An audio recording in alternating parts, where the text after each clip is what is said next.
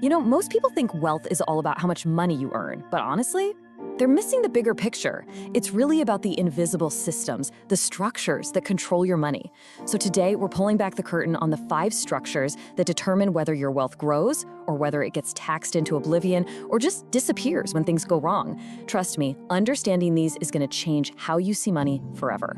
This quote right here, this is the whole idea in a nutshell. We get so obsessed with the content, how much money we have, but we completely ignore the container, where that money actually lives. And as we're about to see, that simple distinction changes absolutely everything. So let me ask you straight up, do you really know where your money lives? And I don't just mean which bank account it's in, I mean what legal and financial world does it inhabit?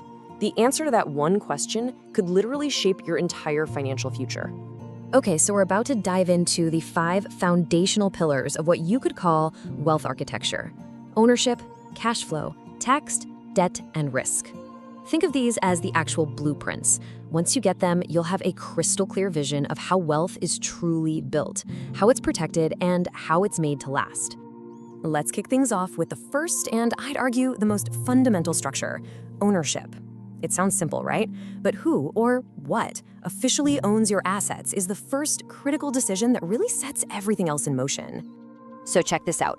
On the left, you've got the default path, which is kind of a tangled mess. You own your house, your car, your investments, all in your personal name. The big problem here is that if one of those assets gets into trouble, that risk just bleeds into every other part of your life. But the architected path, on the right, well, that builds a protective wall. It creates this crucial separation. In that separation, we get it by using something called a corporate entity, like an LLC.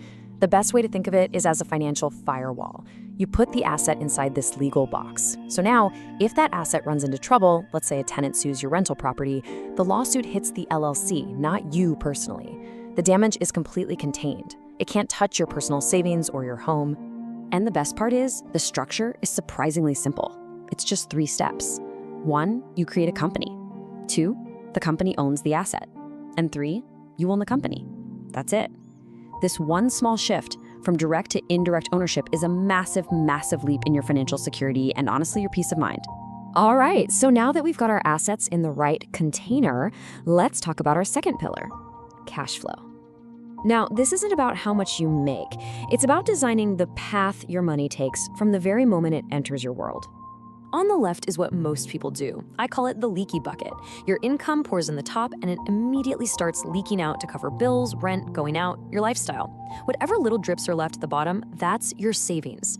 The architected path on the right completely flips this around. It's more like a water wheel. Your income's first job is to turn that wheel, to buy assets that will generate even more income. You then live off the overflow, not the initial stream. You see what happens here? This creates a self-reinforcing momentum loop. Your income is put to work building a system that can eventually support itself. Without this structure, your money just drifts towards lifestyle creep. You know how it is, you earn more, so your expenses just quietly rise to meet it, and you feel like you're never actually getting ahead. All right, pillar number 3. This is the one everyone loves to hate: tax. But here's what most people don't get. How your money gets taxed depends entirely on how it's earned and, you guessed it, the container it lives inside. See, most of us only ever deal with tax on our labor income. You get a paycheck and boom, tax is taken out right away. It's simple, it's unavoidable. But asset income, money that's generated by a company or an investment you own, it's treated differently. That money can often stay inside its structure, its little wrapper, and be reinvested to keep on growing before it ever gets taxed. And let's be super clear here, this is not about avoiding tax. It is all about controlling the timing of the tax. Think about it. Every single dollar you don't pay on tax today is another dollar that can be put back to work for you. Letting your capital compound fully before it gets taxed makes a monumental difference over the long run. It's a game changer. Okay, on to our 4th structure: debt. This one is a really powerful tool that can either massively accelerate your progress or weigh you down like an anchor. It all comes down to how you use it. So on the left, you see liability. This is the classic consumer debt that just makes life heavy. Credit cards, car loans, it's debt used to buy things that immediately start losing value. But on the right, you have leverage. This is debt used as a strategic tool to acquire assets, things that can actually grow in value or generate income for you. At its core, leverage is just using borrowed money to make a bigger move than you could with your own cash, like buying a rental property or expanding a business. It's really that simple.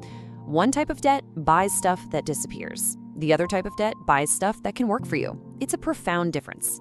And that brings us to our fifth and final pillar, risk. Because look, building wealth is only half the battle. Keeping it is the other, much harder half. And lasting wealth is always built to withstand the inevitable shocks that life is going to throw at it.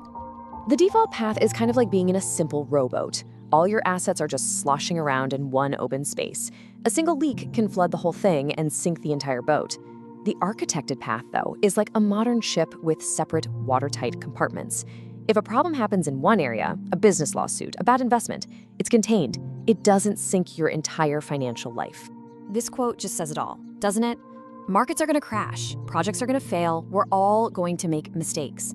A solid risk structure isn't about trying to prevent bad things from ever happening. It's about making damn sure you can survive them when they do. It turns a potential catastrophe into just another lesson learned. So as we wrap all this up, the one thing I really want you to take away is that wealth isn't something that just happens. It's not an accident. It is designed. It is architected, piece by piece. These 5 structures, ownership, cash flow, tax, debt, and risk, these are the blueprints. And that leaves us with one final, pretty important question. I want you to look at your own financial life. Is it just a pile of stuff, totally vulnerable to the first big storm? Or is it a real structure, carefully designed and actually built to last? The choice, as always, is yours. Thanks for tuning in.